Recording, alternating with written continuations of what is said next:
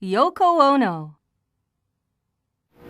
She's with us from London, the saga of Yoko Ono. Once it became known that the two of you were, for want of a better term, an item, and everybody and the press started printing about it, you became like a villain, right? You were demonized. Why? Well, I didn't become a villain. To some people, I mean, to some people. might have. They got mad at you. Yes. Why? Well, they were mad because they felt that they owned John. John was their hero, the British hero, and somebody was taking John away from them. Did that make you feel bad? Well, you can say that I was very naive, but I was just so much in love with John, and we were very much in love with each other, and it was just a beautiful moment in our lives. And also, on a creative level, I was so inspired, and I was just going into a beautiful new world, and it's just he brought that out in you. Excitement. He brought that out in you. Of course.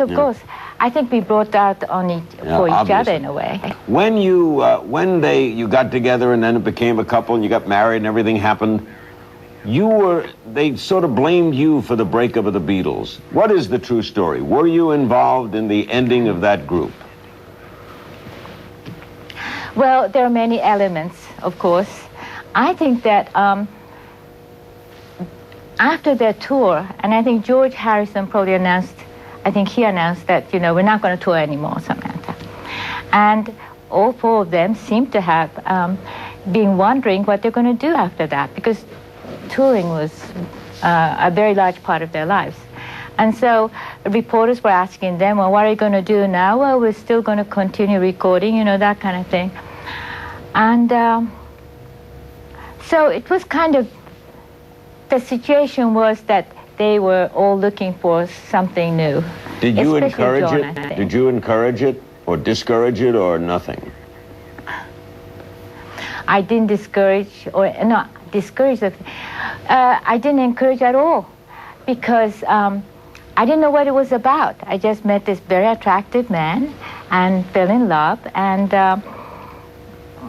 it seemed like a beautiful situation that we were creating together.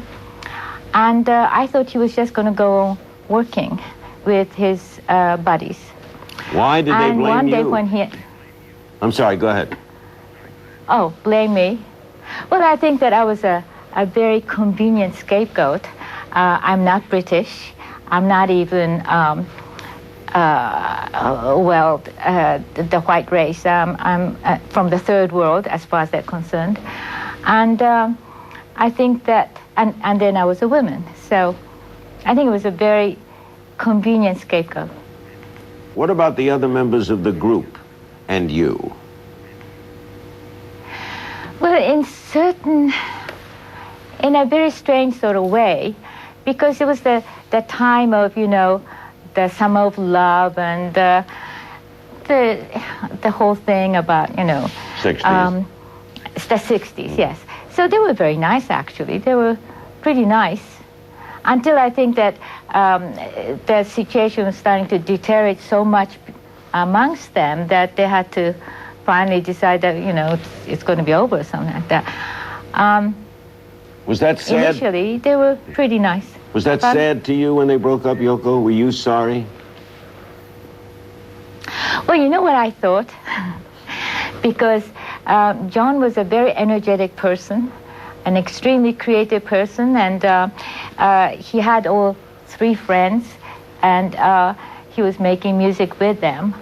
And now he was saying, now we are, one, and we are the partners, And what occurred to me first was the responsibility that I would have.